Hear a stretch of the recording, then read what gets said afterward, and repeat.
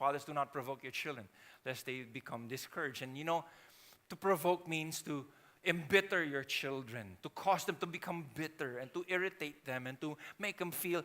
To discourage means to rip out courage from their hearts. To rip out courage from their hearts. And he says, fathers, don't do that.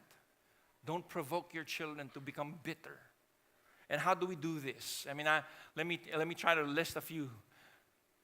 Okay, when we talk down on them and say things that minimizes effort or tells them they're inferior, when we ignore or not talk to them or not consider what they're saying, when we speak harshly, compare them to another person, compare them to their siblings, when we speak harshly and say, you're just like your mom or you're just like your Lola, it's like in a negative way. And then when we label them, you're so dumb, you're so this, you're so that. How many of you know, somebody said it this way, sticks and stones will break your bones, but your words will never hurt me. How many of you know that's a complete lie? I'd rather be hit and punched. Because that bruise will go away in 2 days, 3 days. But the words, sometimes that lasts quite a long time. Maybe decades for some of us. Then when we play favorites, how many of you know this is such a hard one to deal with. And I don't know if you go through this. I don't know if you grew up with this. If you were in the favorite, you like that, I guess. But if you're not, that's hard.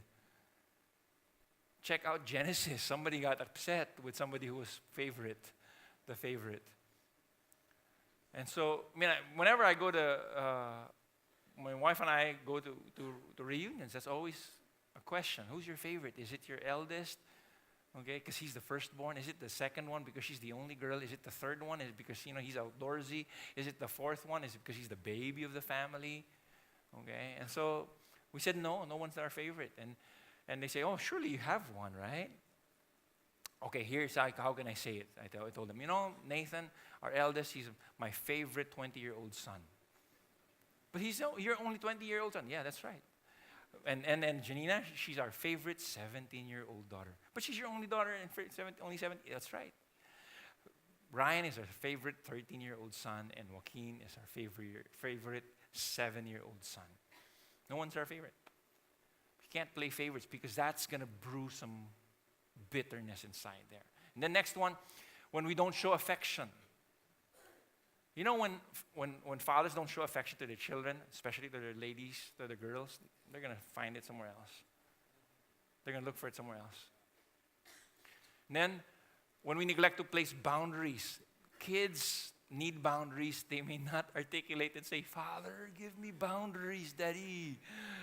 They will not tell you that. But you know what? They'll appreciate that later on. They will.